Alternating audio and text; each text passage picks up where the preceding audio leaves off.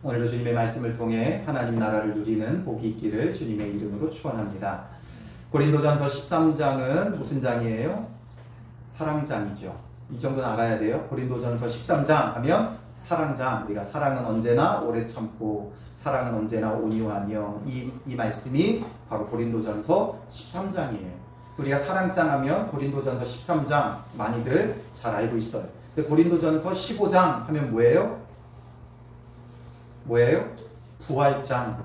예수 그리스도의 부활에 대해서 말씀해주고 있는 부활장이에요. 또 얼마나 길게 이야기하는지 58절까지 있어요. 절수만 해도 58절까지. 우리가 큐티 본문으로만 15장을 몇 번에 나눠서 보냐면 하나, 둘, 셋, 넷, 5번에 거쳐서 한 장인데 그 한 장을 5일 동안 우리가 묵상을 해야 될 정도로 많은 내용을 담고 있어요. 사실상 오늘 우리에게는 이 부활장이 크게 와닿지 않아요. 왜냐하면 이게 한국 사람들의 이게 장점이라고 해야 할지 우리는 그냥 믿어요. 우리는 그냥 덮어놓고 믿는 좀 그런 습성이 있어요. 그래서 왜 질문을 던지면 우리는 어떻게 생각해요? 저 시험 들었다. 믿음이 없나 보다. 이런 방향으로 가요.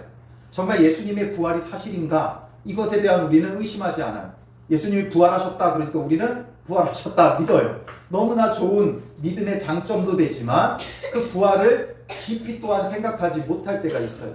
바울이 오늘 이 15장에서 이렇게 길게 부활에 대해서 설명하는 이유가 뭐라 그랬어요? 이 당시 고린도 교인들은 영혼은 불멸하지만 육신은 뭐 한다고 생각했다고 그랬어요? 소멸한다. 없어지는 것이다.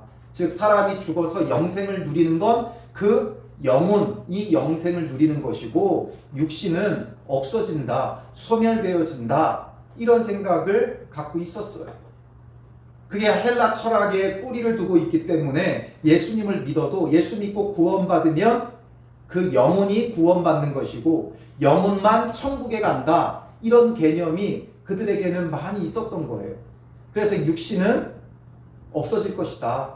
그러니까 없어질 육신이기 때문에 육신은 어차피 소멸하고 없어질 것이다 라 생각하니까 육신을 함부로 방치하는 그런 일들이 벌어지게 되어지는 거죠. 그래서 이 당시 고린도 교회 교인들은 이 영혼을 위한 신앙생활을 열심히 했는데 그 육신을 하나님 앞에 거룩한 성전으로 정결하게 세우는 일에 있어서는 조금 등한히 했어요. 그래서 말씀을 배우고 연구하고 이런 것들에는 이들이 굉장히 열을 올렸어요. 왜냐하면 이들은 헬라 철학의 영향이 있기 때문에 이 그리스 문화에서는 헬라 문화에서는 새로운 걸 배우는 걸 굉장히 좋아했어요. 그래서 이 헬라 사람들이 예수님이 있을 때도 예수님을 데리러 와요. 왜냐하면 예수님을 통해서 뭔가 새로운 지식을 배우기 위해서 예수님을 모시러 오죠. 그러니까 그때 빌립이 뭐라 그래요? 영광 받을 때가 왔도다 이러면서 막 흥분해서 예수님을 찾아가죠. 그런데 예수님의 영광은 이 헬라에 가서 그 당시 가장 최고의 지식인들이 모여 있었던 그리스 헬라에 가가지고 교육하고 가르치고 연설하고 설교해서 영광 받는 그런 영광이 아니라 십자가에 죽으시는 것을 예수님은 영광으로 여기셨어요. 그래서 예수님은 그 영광을 위해 십자가로 가신 거죠. 그러니까 이 사람들은 본래 이렇게 뭔가 새로운 지식이 있다, 뭔가 새로운 것을 가르친다 이러면 멀리 가서 사람을 데려다가 배울 정도로 그 정도로 지식에 대한 열의가 있었던 거예요. 그러니까 이들은 어떤 이성적인 것, 지성적인 것, 그리고 이런 영적인 것, 이런 것에 대한 사모함은 굉장히 컸어요. 그래서 은사들도 아주 넘치도록 풍성한 은사들이 그 안에도 넘쳐났었죠. 그런데 아이러니하게도 이런 영적인 것, 지적인 것, 이런 것에 치중하다 보니까 오히려 육적인 건 등한히 했고, 그래서 어차피 썩어 없어질 육신이니까 육신의 그 정욕을 채우며 살아가는 것을 그들은 아무렇지도 않게 생각을 했던 거예요. 그래서 이 육신이 어차피 썩어 없어질 육신이다 이렇게 생각한 그들. 그래서 그게 가장 그 말을 가장 잘 표현한 말이 뭐예요? 육신의 부활이 없다라고 하는 자들인 거예요. 그러니까 육신의 부활이 없다 하니까 뭐가 중요해요? 육신의 부활이 없으니까 육적인 게 지금 중요한 거예요. 당장 현세적인 것, 지금 자기의 삶의 문제들, 이런 것에 골몰하고 몰두하게 되어지는 거죠. 근데 부활이 있다 생각하는 사람은 이 땅의 삶이 전부가 아니니까 그 부활의 때를 준비를 하겠죠. 더 영원하고 더 온전한 때를 위해 지금의 삶을 준비하는 시간으로 갖는 거예요. 그래서 오늘 새벽에 제가 뭘로 설명드렸어요? 김밥으로 설명드렸죠. 김밥의 각 재료를 준비해 놨어요. 그 재료 맛있다고 하나 두 개 먹는 것보다 조금 참아서 김밥을 잘 말아가지고 이제 그 김밥을 먹는 게 더 좋은 거죠. 지금 이 땅에서의 삶은 준비하는 삶이에요. 하나님 나라를 위해 준비하는 거예요. 그러니까 좀 참아야 되고 좀 희생해야 되고 조금 내버려 두어도 돼요. 그래서 우리는 정말 부활의 때를 바라봐야 하는 것이죠. 그러니까 육신의 부활이 없다고 하는 것은 결국에는 무엇을 부인하는 것과 같은 거예요? 예수님께서 십자가에 죽으시고 3일 만에 부활하셨다는 것도 부인하는 것과 같은 거예요. 우리가 육신의 부활이 없으면 하나님께서 그리스도를 부활하게 하실 필요가 없죠. 그냥 십자가에 죽으신 채 예수님의 영혼만 하늘나라로 올리시면 되는 거예요. 그러니까 육신의 부활이 없다면 예수님도 굳이 부활할 필요가 없다는 거예요. 예수님이 부활하신 것은 결국에는 우리에게 어떤 의미가 있는 거예요? 예수님의 부활을 보면서 부활이라는 걸 우리가 알게 되는 거예요. 그 이전에는 부활이 뭔지 몰라요. 부활이 뭔지 모르고 살아왔어요. 예수님의 그 부활하심을 보니까 아, 부활이라는 게 있구나. 부활이라는 게 있구나. 그래서 이제 우리도 예수 그리스도를 믿고 예수 그리스도와 하나 되었기에 부활할 날이 온다라는 것을 우리가 이제는 기대하고 바랄 수 있고 소망할 수 있는 존재가 되어졌다는 거예요. 그래서 이것을 이제 바울이 20절에 뭐라고 표현해요? 그러나 이제 그리스도께서 죽은 자 가운데서 다시 살아나사, 예수님께서 죽은 자 가운데서 다시 살아나셨다는 거예요. 예수님께서 부활하셨기 때문에 그 예수님은 이제 잠자는 자들의 첫 열매가 되셨도다 말하죠. 첫 열매가 되셨다. 첫 열매라는 것에는 두 가지 의미가 있어요. 첫 열매라는 것의 첫 번째 의미는 뭐냐면 첫 열매는 전체를 말해요. 그 대표성이죠. 전체를 대표하는 게 첫 열매예요. 그래서 우리가 11조라는 것이 10분의 1만 구별해서 하나님 앞에 드리는 게 아니라 전부를 다 하나님 앞에 드리는데 그 가운데 처음 것을 하나님 앞에 드리는 게 11조예요. 그래서 이 처음 것을 하나님 앞에 드렸을 때 모두 다 하나님 앞에 드리는 거예요. 그러니까 첫 열매는 가장 중요한 그 의미는 대표성이에요. 그래서 우리가 처음 것을 드리는 것, 모든 것을 하나님 앞에 드리는 거예요. 왜 장자를 하나님 앞에 구별해요? 처음 것을 구별함으로 모든 것을 하나님 앞에 드리는 거예요. 그래서 대표의 역할을 하는 게 바로 첫 열매라는 거예요. 그래서 예수님께서 첫 열매로 부활하셨기 때문에, 대표로 부활하셨기 때문에 우리 모두가 그 부활의 영광을 얻은 거예요. 그래서 그것에 대해서 말하는 게 21절과 22절이죠. 사망이 한 사람으로 말미암았으니 죽은 자의 부활도 한 사람으로 말미암는도다. 사망이 어떻게 한 사람으로 말미암아 들어왔어요? 바로 첫 사람 아담이 범죄함으로 사망이 들어왔죠. 그러니 첫 사람인 아담은 마치 첫 열매처럼 대표성의 원리를 가지고 대표로서 온 인류를 대표하는 아담이 범죄한 것은 온 인류가 범죄한 것과 같아요. 그건 아담이 잘못했잖아요. 그럼 아담이 잘못 안 했으면 되죠. 아담은 대표라고요. 아담이 범죄하지 않았다면 우리도 범죄하지 않았어요. 그런데 우리는 범죄할 수밖에 없는 존재예요. 그러니까 아담이 범죄하지 않았다면 우리도 범죄하지 않았는가? 아니요. 나라도 범죄했을 거예요. 아담이 범죄했다라는 게 문제가 아니에요. 아담과 똑같은 존재가 오늘 우리예요. 우리가 첫사람이었어도 내가 아담이었어도 범죄해요. 그게 바로 대표성의 원리죠. 다 똑같은 속성을 가지고 있는 거예요. 나무에서 처음 난 열매가 사과면 그 다음 맺는 열매는 전부 다 뭐예요? 사과예요. 이 나무에서 사과를 맺었는데 그 다음에 배가 나지 않아요. 그 다음에 감이 나지 않아요. 그 나무의 첫 열매가 다 똑같은 열매를 맺는 거예요. 그게 대표라고요. 그러니 첫사람 아담이 범죄하긴 했지만 우리가 아담이었어도 내가 아담이었어도 범죄해요. 하와가 왜 뱀의 꼬임에 넘어가서 우리가 하와였어도 그 뱀의 꼬임에 넘어갈 존재예요. 그게 대표고 그게 첫 열매인 거예요. 저 첫사람 아담이 범죄함으로 사망이 들어왔죠. 그러니까 죽은 자의 부활도 한 사람으로 말미암는도다.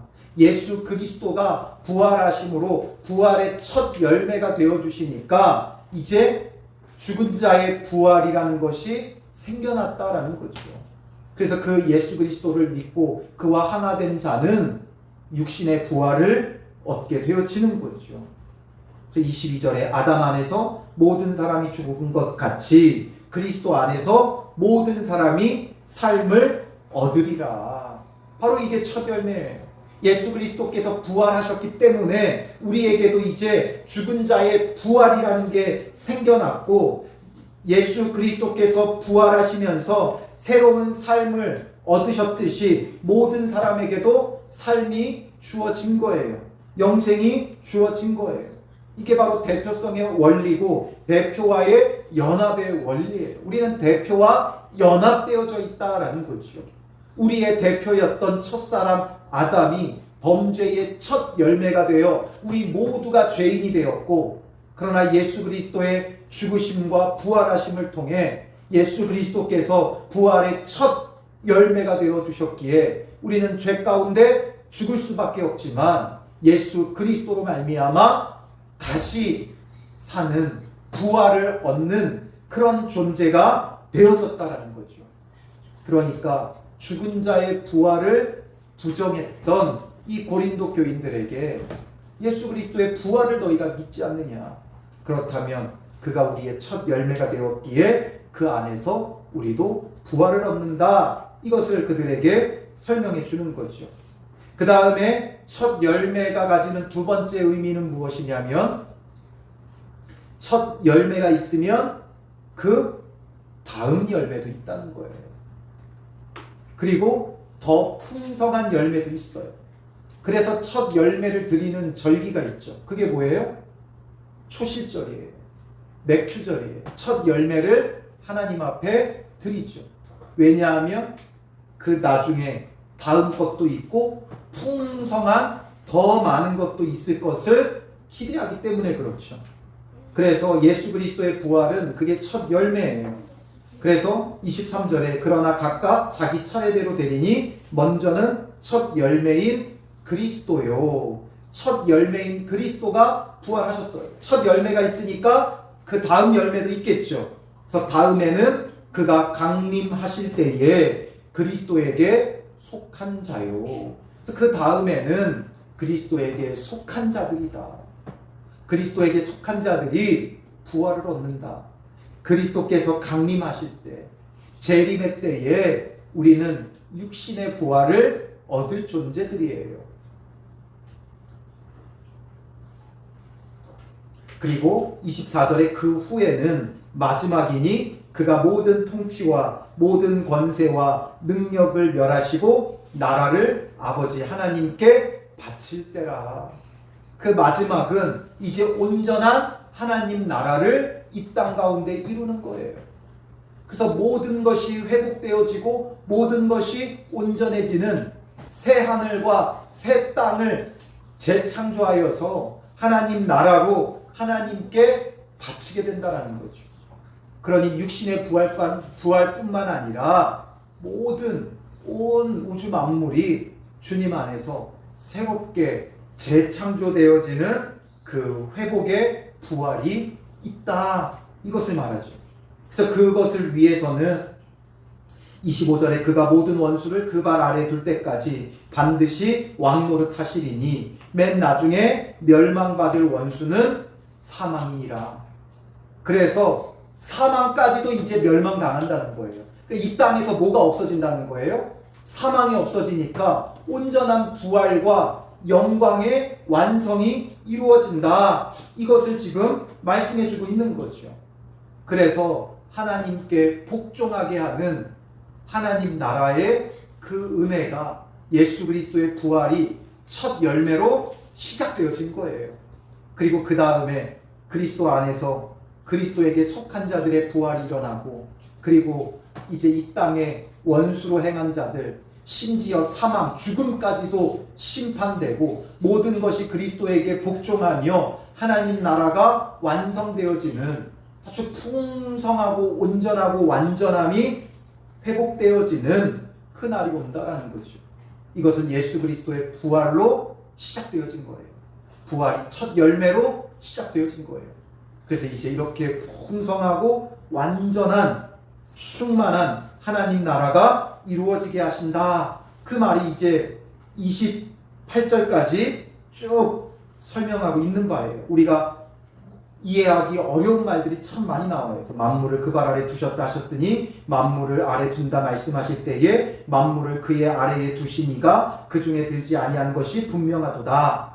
그러니까 이 만물을 그의 아래 두신 이는 하나님이에요. 그러니까 하나님은 그 안에 들어간 게 아니라 그보다 이미 더 위에 계신 것이고, 그래서 그 하나님에게 이제 그리스도까지도 복종하며 온전한 하나님 나라를 이룬다. 이는 하나님이 만유의 주로서 만유 안에 계시려 하심이라. 만유의 주라는 건 초월자라는 뜻이고 만유 안에 계신다라는 건 내재자라는 거예요. 초월자면서도 이 우주 만물 가운데 내재에 계시는 하나님으로서 온전한 부활과 완성, 회복, 이것을 이루는 그 날이 되어진다라는 거죠. 이것의 출발이 부활의 첫 열매인 예수 그리스도였고, 그 예수님 때문에 우리도 부활하며 온 우주 만물이 예수 그리스도에게 복종하여 하나님 앞에 나아가 복종하는 이 영원하고 완전함이 하나님 나라가 이루어진다. 이것을 설명해주고 있는 거죠.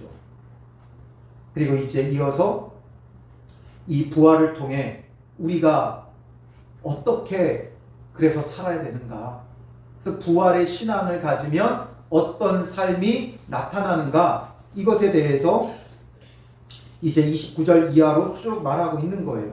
29절에 보면 이건 진짜 신학계에서도 영원한 난제 중에 하나예요. 만일 죽은 자들이 도무지 살아나지 못하면 죽은 자들을 위하여 세례를 받는 자들이 무엇을 하겠느냐? 어찌하여 그들을 위하여 세례를 받느냐? 그러니까 죽은 자들을 위하여 세례를 받는 자들, 이 말이 도대체 무슨 말인가에 대한 논란이 아직까지도 있어요. 이 말을 들었을 때 고린도 교인들은 아마 이해할 수 있는 부분이었을 거예요. 근데 우리가 이해하기는 너무 난해요. 죽은 자를 위해 세례를 받는다. 그러니까 죽은 자를 대신해서 누군가가 세례를 받는다는 거예요. 그 죽은 자를 위해 내가 세례를 받으면 죽은 자가 구원받습니까?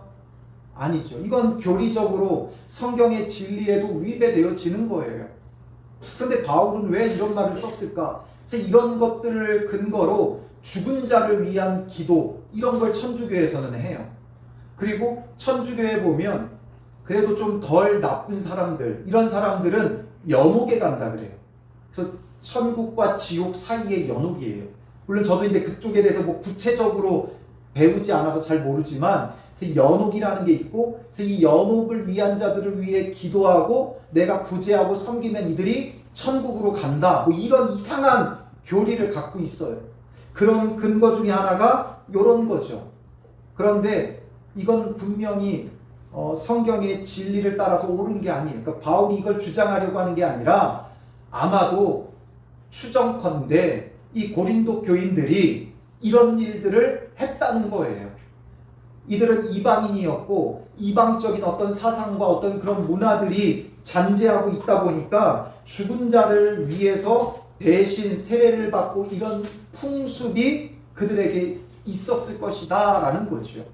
그러니까 너희가 그렇게 하는 걸 한번 생각해 봐라. 그러면 너희가 죽은 자의 부활이 없다고 하는데 그들을 위해서 세례를 받는 건 도대체 무슨 의미냐.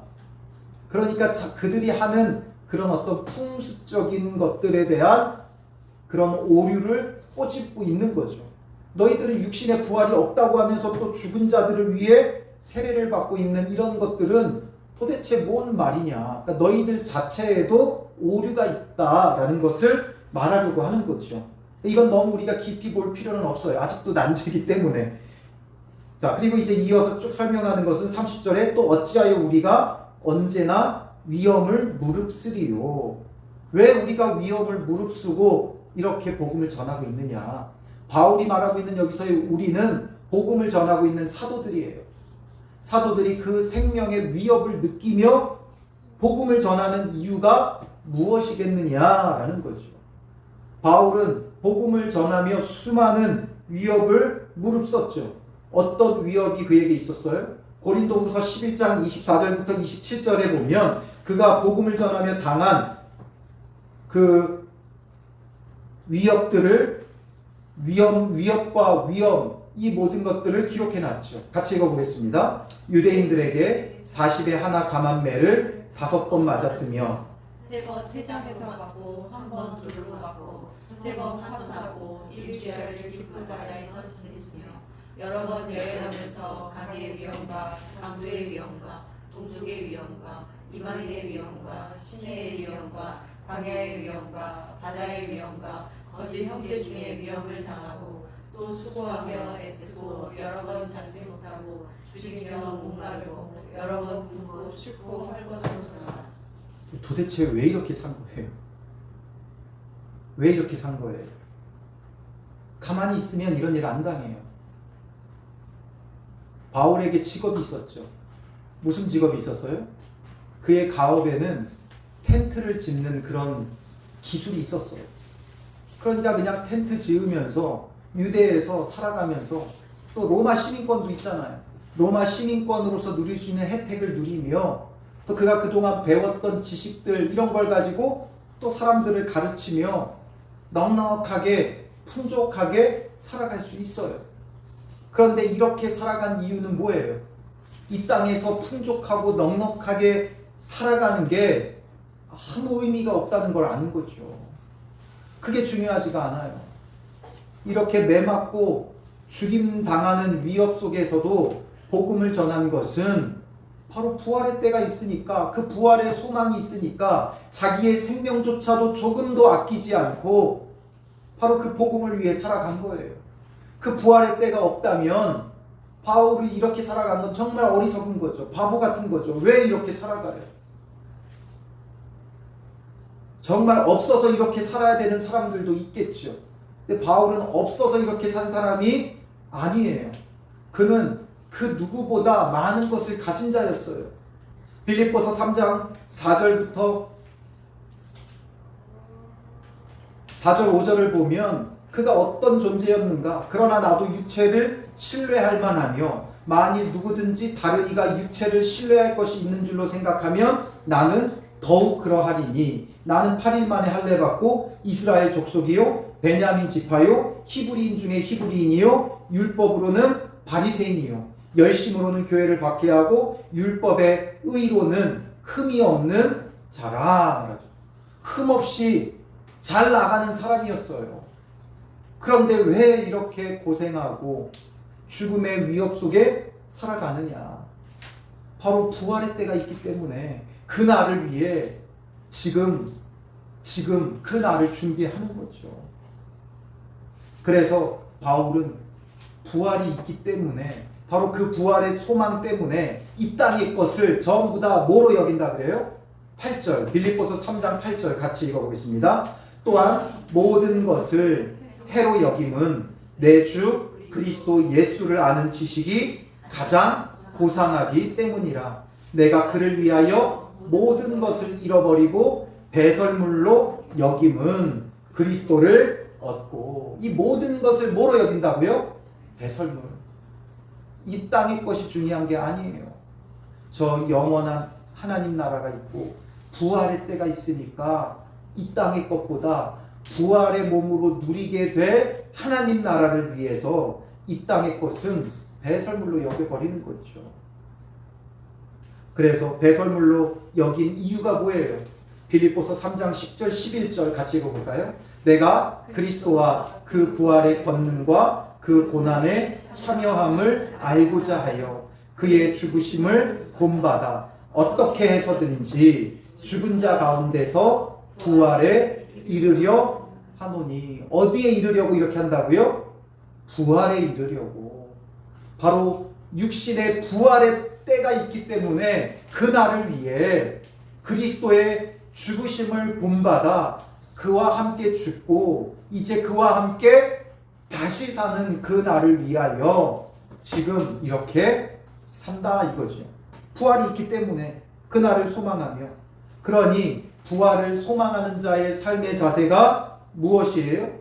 31절 볼까요? 형제들아 내가 그리스도 예수 우리 주 안에서 가진 바 너희에 대한 나의 자랑을 두고 단언하노니. 단언한다. 아주 강력하게 말하죠. 부활의 소망을 가진 자 어떻게 살아야 돼요? 나는 날마다 죽노라. 나는 날마다 죽노라. 부활의 소망이 있는 자는 날마다 죽어요. 부활의 소망이 없는 자는 날마다 살겠다고 발버둥쳐요. 어떻게든 살아보겠다고 악착같이 그냥 발버둥쳐요.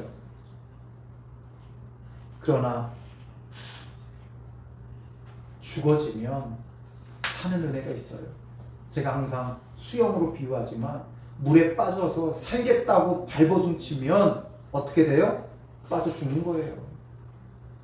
나 죽었어 하고 온몸에 힘을 빼고 그냥 쭉 온몸을 펴버리면 사람의 몸은 자연스럽게 물 위로 뜨죠.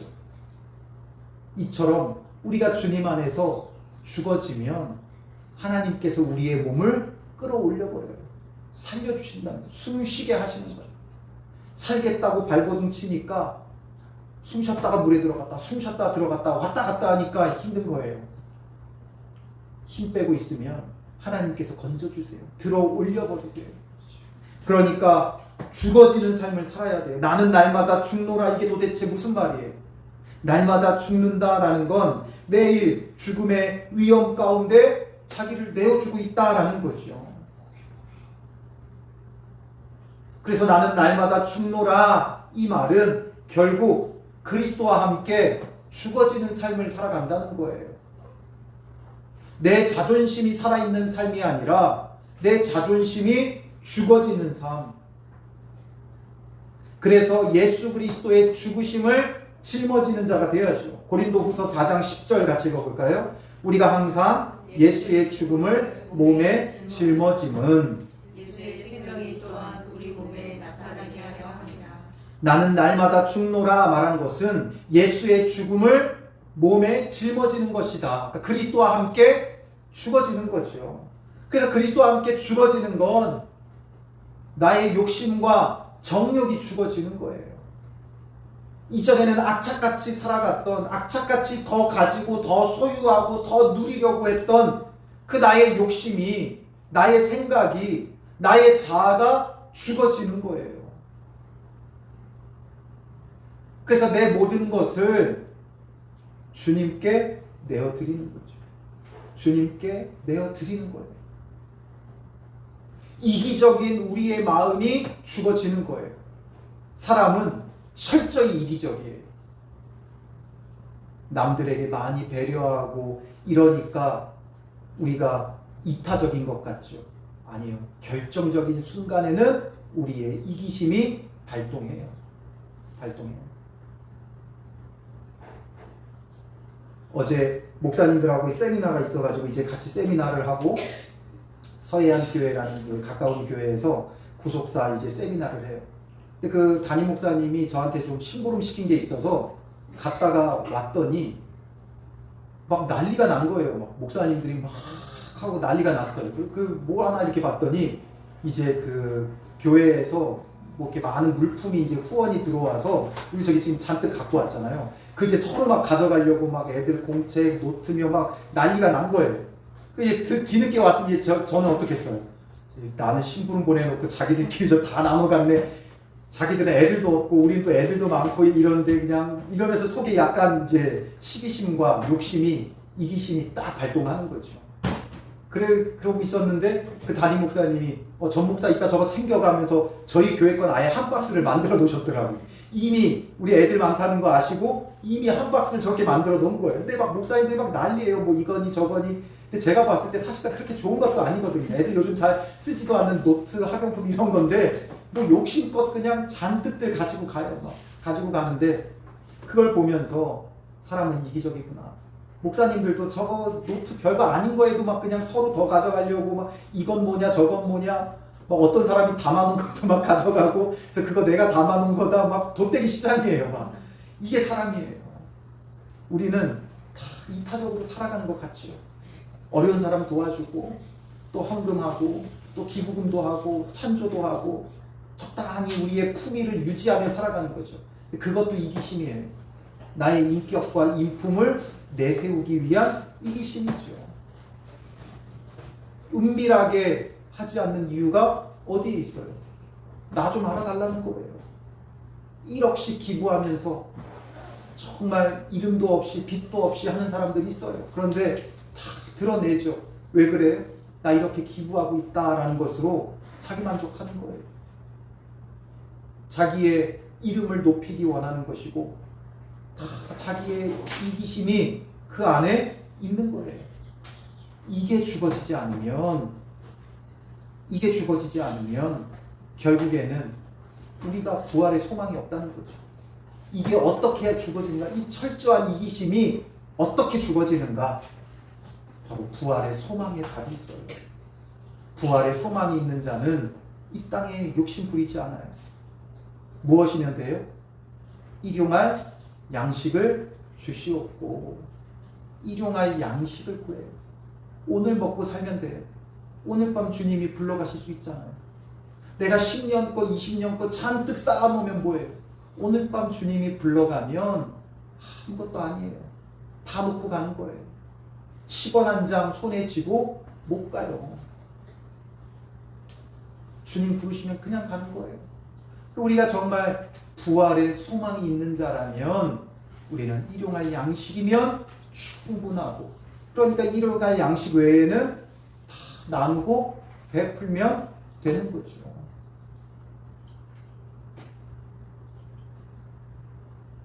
요즘은 이제 그 교회가 어떻게 됐는지 잘 모르겠지만 정말 유명한 교회 중에 한동안 그 막 책도 나오고 했던 감자탕 교회. 교회 이름은 광영교회예요. 빛과 소금 교회죠. 빛 광자에 소금 영자예요. 왜 감자탕 교회였냐면 교회 간판이 안 보이고 그 건물에 감자탕 집이 있는데 그 감자탕 그 간판이 너무 커서 감자탕 교회라고 불리는 거예요. 그 교회 목사님은 헌금이 들어오면 그 주에 그 헌금을 다 써요. 다 나누고 베풀고 이런 데다가 다 써요. 주님 오늘 밤에 오실 수 있는데 교회 재산 잔뜩 쌓아놔 봐야 뭐 하겠어요. 그러니까 정말 급한 예비비 100만 원 빼고는 다 쓴대요. 우리가 보기엔 100만 원도 크지만 그 교회 헌금 자체가 어마어마한 규모이기 때문에 100만 원 빼고는 다 쓴다는 거예요. 당장 필요한 것만 있으면 되는 거죠. 그런데 오늘 우리는 어떻게 해요? 교육관도 지어야지. 그러면서 교육관 적금 들어놓고 뭐 해야지 하면서 뭐 들어놓고 교회들도 재산을 증식하고 쌓아놓느라 여념이 없어요. 결국에는 욕심이죠. 과연 부활의 소망이 있는가? 오늘 우리에게 정말 부활의 소망이 있는가? 부활의 소망이 있는 자는 날마다 죽노라. 날마다 죽어지는 거예요. 그래서 이제는 나를 위해 사는 게 아니라 주를 위해 살아가는 거죠. 마태복음 16장 24절에 예수님께서 뭐라고 말씀하셨어요? 누구든지 나를 따라오려거든. 예수님을 따라가는 자들은 전부 다 어떻게 살라고 말했어요? 자기를 부인하고 자기 십자가를 지고 나를 따를 것이니라. 자기를 부인하고 자기 십자가를 지고 예수님을 따르라고요. 왜 이게 우리에게 안 돼요? 부활의 소망이 없으니까 안 되는 거예요. 여전히 오늘의 삶이 너무나 크고 오늘의 삶이 전부인 것처럼 살아가니까, 이 땅에서의 삶이 전부인 것처럼 살아가니까 자기를 부인할 수가 없죠. 갈라디아서 2장 20절은 뭐라고 말씀하세요? 내가 그리스도와 함께 십자가에 못 박혔나니 그런즉 이제는 내가 사는 것이 아니요 오직 내 안에 그리스도께서 사시는 것이라. 이제는 우리가 그리스도와 함께 십자가에 못 박힌 자가 되어야죠. 그러면 이제 나는 죽었으니까 내가 사는 게 아니라 누가 사는 거라고요? 그리스도께서 살아야 돼요. 그러니까 그리스도의 명령대로 살아간다는 거예요. 나의 생각과 나의 자아와 나의 이기심이 다 죽어지고 그리스도께서 원하시는 대로 살아가야 한다고요. 오늘 하루 여러분 어떻게 사셨어요? 그리스도께서 원하시는 대로 살았어요? 내 맘대로 살았잖아요. 습관대로 분주하게 해야 될 일들 쫓기며.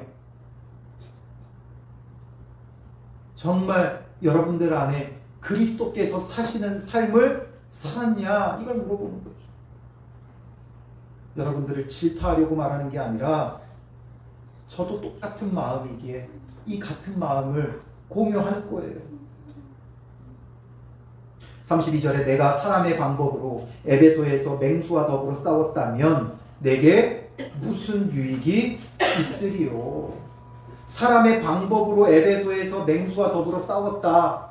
이것에 대해서 논란이 좀 있어요. 이게 정말 실제적으로 이 당시 이 검투사 뭐 이런 것처럼 맹수 우리에 던져져서 그런 어떤 생명의 위협을 바울이 에베소에서 느꼈는가, 누렸는가, 이런 일을 실제로 겪었는가.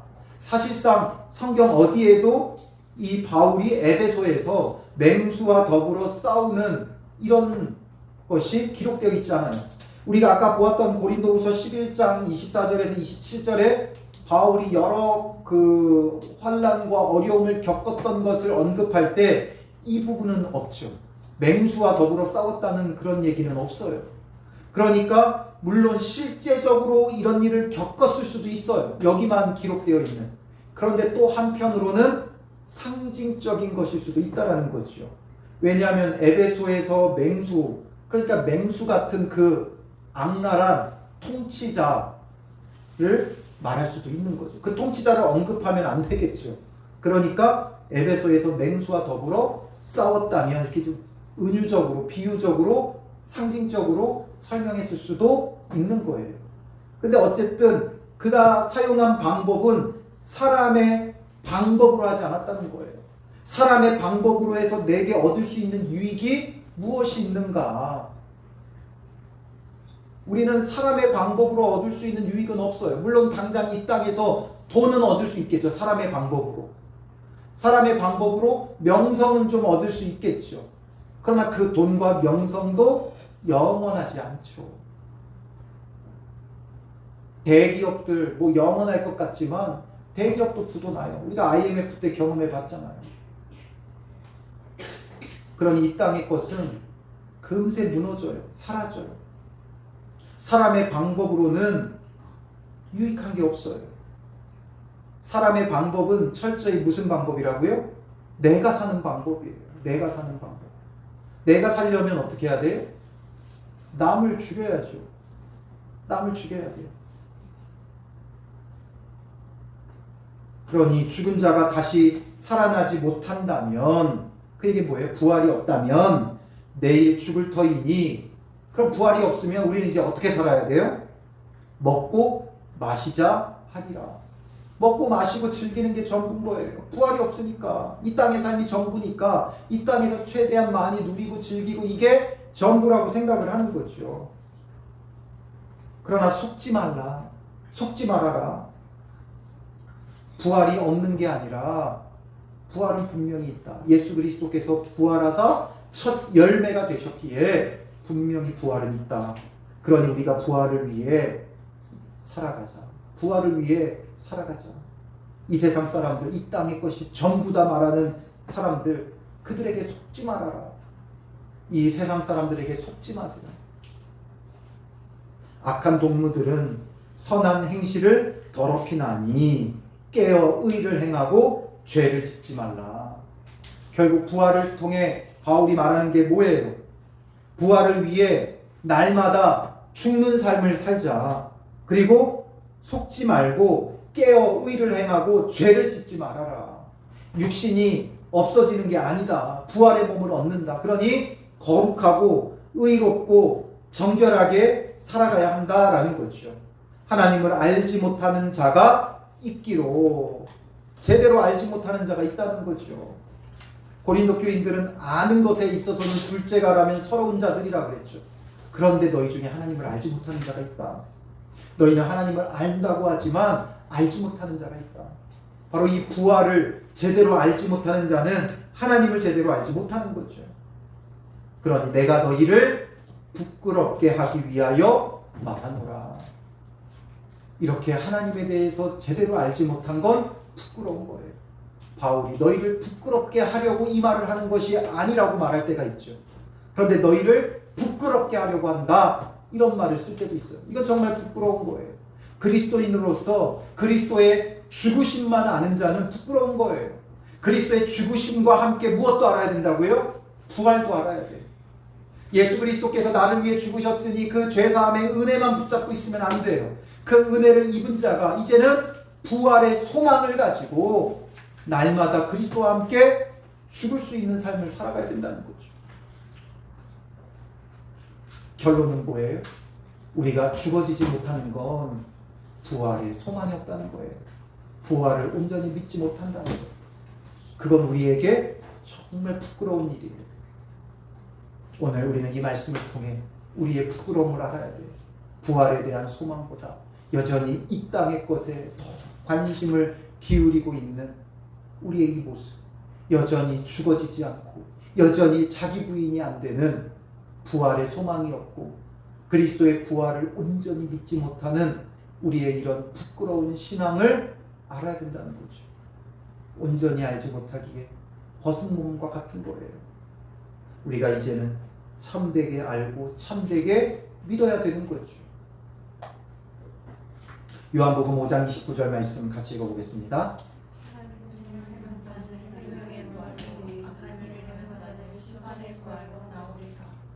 우리는 부활을 얻는 때가 있어요. 예수 그리스도를 믿든 믿지 않든 부활을 얻어요. 그런데 예수 그리스도를 믿는 자, 온전히 예수 그리스도를 믿는 자는 바로 선한 일을 행한 자죠. 생명의 부활을 얻는 거예요. 그러나 예수 그리스도를 믿지 않는 자는, 악한 일을 행한 자는 심판의 부활로 나오리라. 생명의 부활도 있고 심판의 부활도 있어요. 과연 우리는 어떤 부활을 얻을 것인가?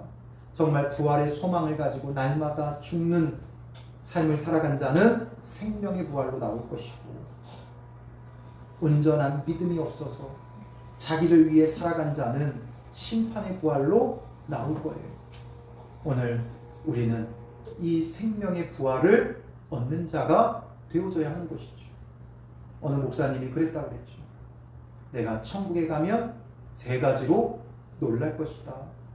첫 번째는 여기에 있어야 할 사람이 없어서 놀랄 것이고, 그리고 여기에 없을 것 같은데 있는 사람 때문에 놀랄 것이고, 그리고 마지막은 내가 거기 있다는 것으로 놀랄 것이다.